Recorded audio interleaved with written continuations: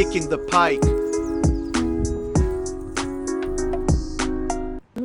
Jeg vil tale lidt om flyrods til nybegyndere.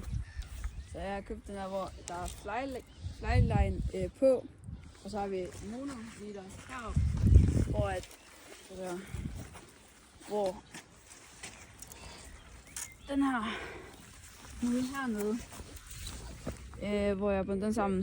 Det kan man nemt finde på YouTube, en tutorial på. Og så har jeg 1,10 meter monolin på, og så har jeg bundet den fast til en wireleader her. Og så er sådan en fast attach på her, så man lige hurtigt kan tage af, og lægge en lille vægt på. Så vil jeg vise, hvordan man kaster det. Så jeg plejer bare at tage en masse line ud her. Ja, lidt ud. Se. Jeg plejer bare at tage Har du sat den? en masse line ud her. Ja, jeg har sat. Okay. Og så holder du sådan her cirka.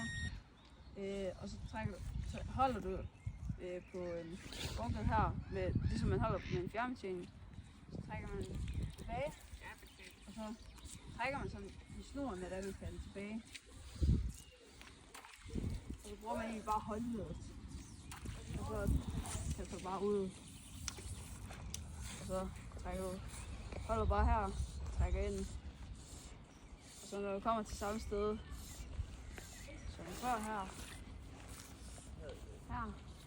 gør du bare det samme igen. Og du kan også stå i en have, eller ude på en park eller et eller andet og øve og kaste inden du starter.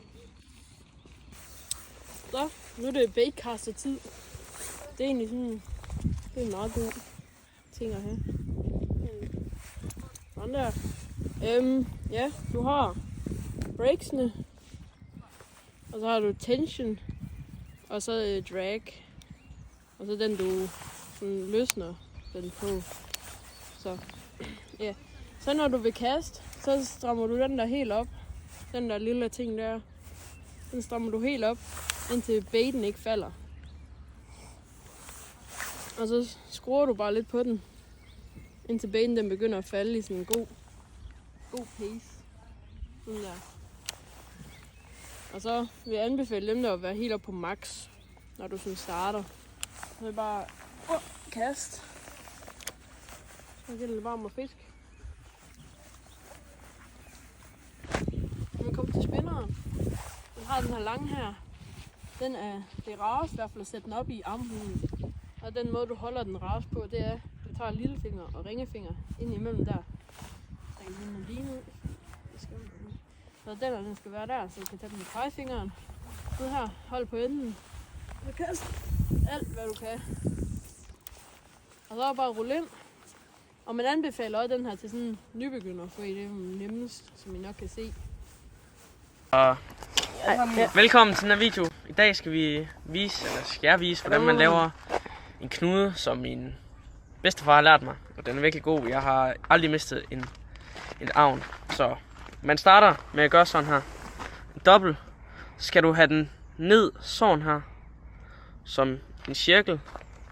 Og så holder du den sådan her. Og så binder du rundt om de her to liner. Cirka 8 gange. 7-8 gange. Og det gør du 7-8 gange, som jeg sagde. Så når du falder det, så kan jeg lige vise jer det. Nu gør jeg lige det her. Nu gider jeg gøre det 7-8 gange. Så strammer du sådan her. Og så får den ikke knækker, så slikker du lige lortet. Og så strammer du bare ind sådan her. Derned. Og så hiver et par gange. Bum, bum, bum. Og så har du lavet en nice knude.